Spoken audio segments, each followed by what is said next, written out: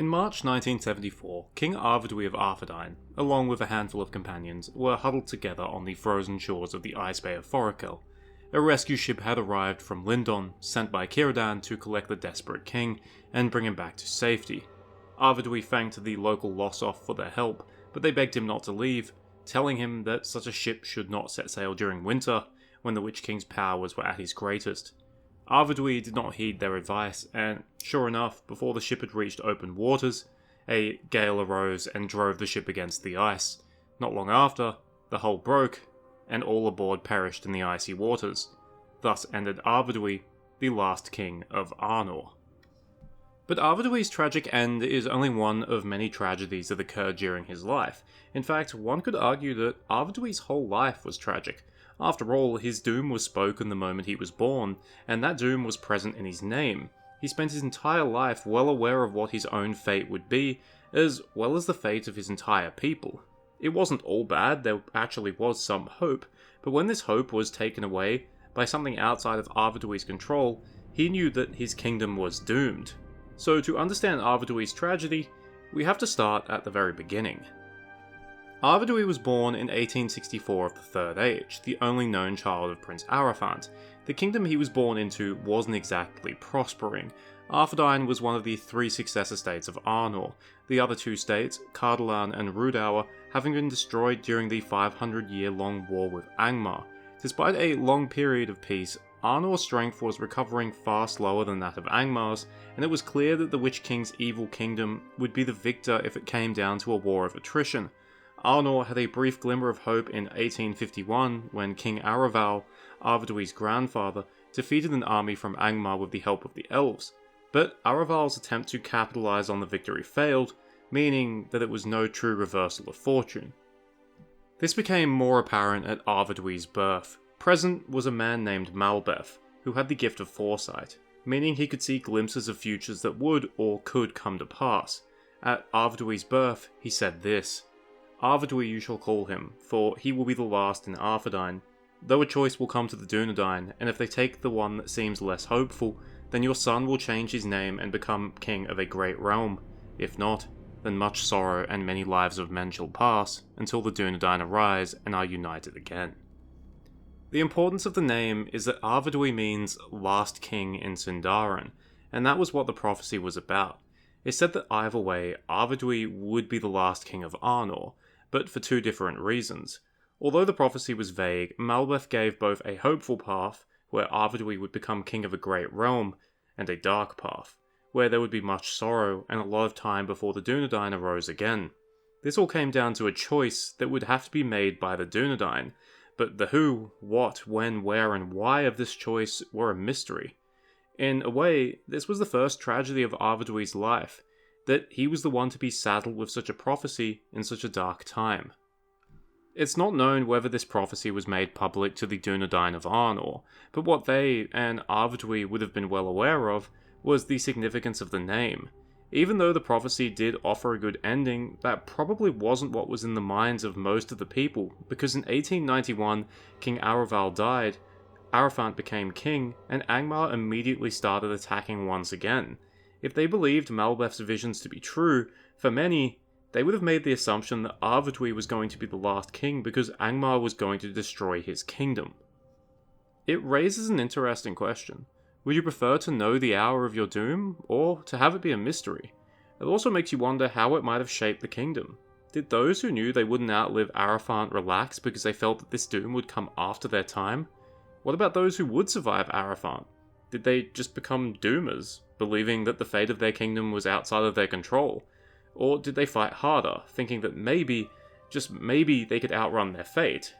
Or were many of them hopeful, believing that surely the Dunedain would make the right choice, and that Arvedui would become king of this great realm, whatever it was to be?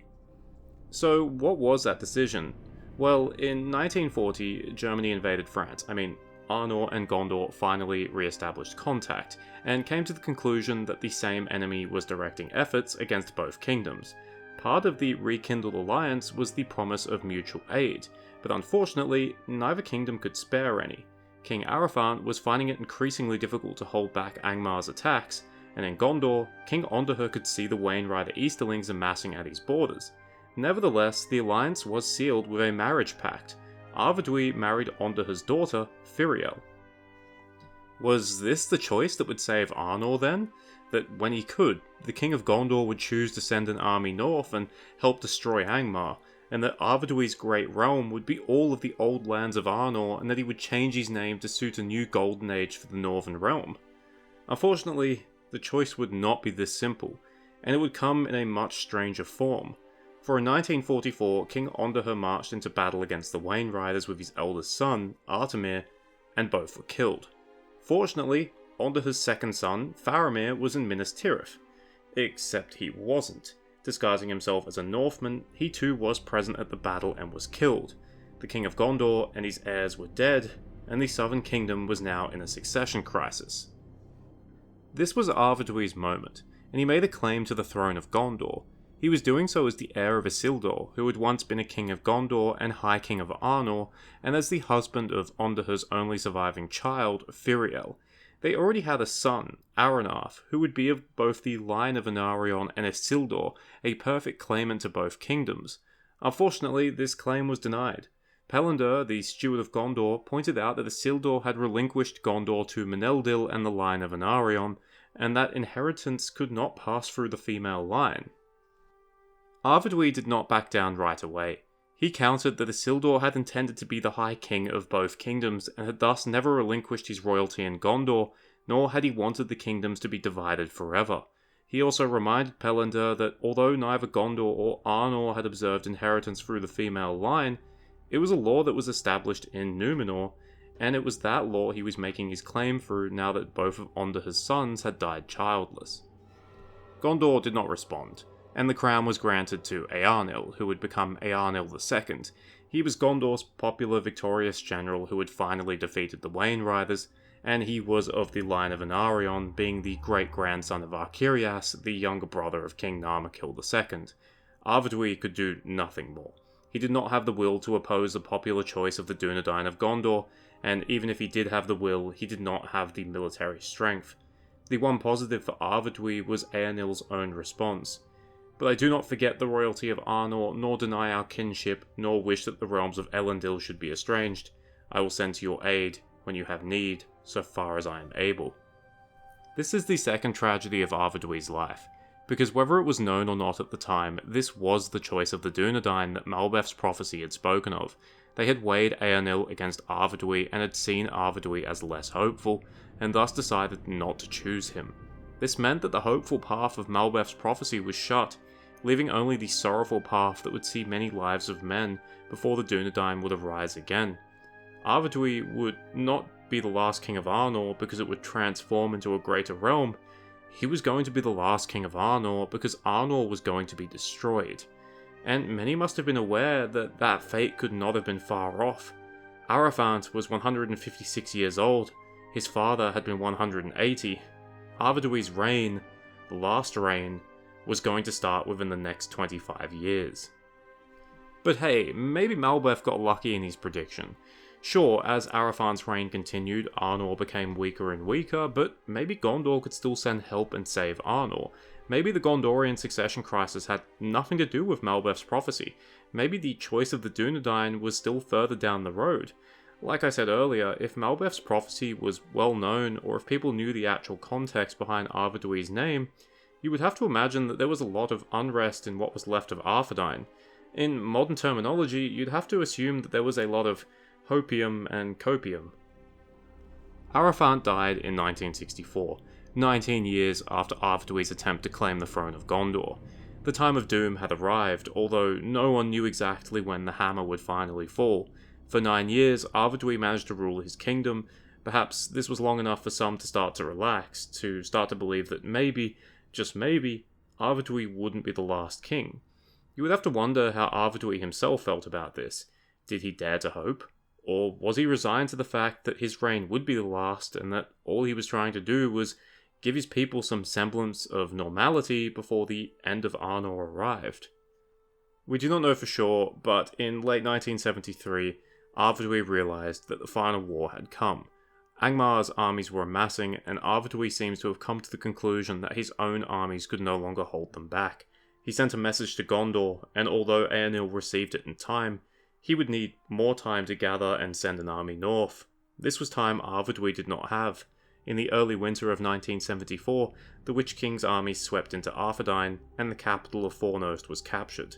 Arvedui did not abandon his city lightly and held out for a little longer in the North Downs, but he was eventually forced to flee. This was the third tragedy of Arvedui's life. I spoiled most of the rest of Arvedui's tale in the introduction. Pursued by the Witch King's servants, he and his companions were forced to flee north and hid in some abandoned dwarven mines in the Blue Mountains. Hunger eventually forced them out, and they were saved after making contact with a group of Lossoth, the snowmen of Forokel. The Lossoth pitied them and gave them food and shelter, and Arvedui gave them precious gems in return, which the Lossoth had little need for. Somehow, word got to Círdan of Arvedui's plight, and he sent a ship north. You know the rest of the story. Arvedui died, the fourth and final tragedy of his life. I think Arvedui's life was a strange contrast. He was the Prince and King of Arthedain, and even at the weakest point of that kingdom, he still would have had power and luxury that only a few could relate to. At the same time, he might have felt utterly helpless, ordained by fate to be the last king and a victim of circumstances entirely outside his control. The damage done to Arnor happened long before he was born. He could not control the decisions of the Dunedain of Gondor, he could not expect to hold off Angmar forever with his dying kingdom, and he could not have known that the Lossoth, a primitive people in his eyes, were right, and that even Círdan's most skilled mariners could not survive the dangers of Forokel. To top it all off, he didn't even get to see the seedling of hope for the future. He did not get to meet Aranarth's son, ensuring the survival of the line of Isildur beyond his time, and he did not get to see Angmar's destruction. If there's a historical figure he reminds me of, it would be Constantine XI Palaiologos, the last Roman emperor. By the time both of them came to the throne, there was basically nothing that they could do to turn things around. They could only hope that outside help would save them from the invaders at their doorstep. For both of them, help didn't arrive in time, and although they fought heroically, their cities fell. Constantine died in the fighting. Arvedui had the less heroic death of perishing in the icy north. Funnily enough, there were even prophecies or legends surrounding them. For Constantine, it was the legend of the Marble Emperor who would one day retake Constantinople. For Arvedui, the future heir of Isildur, who would walk the paths of the dead and reunite the Dunedain. Fortunately for Arvedui, his prophecy wasn't fiction.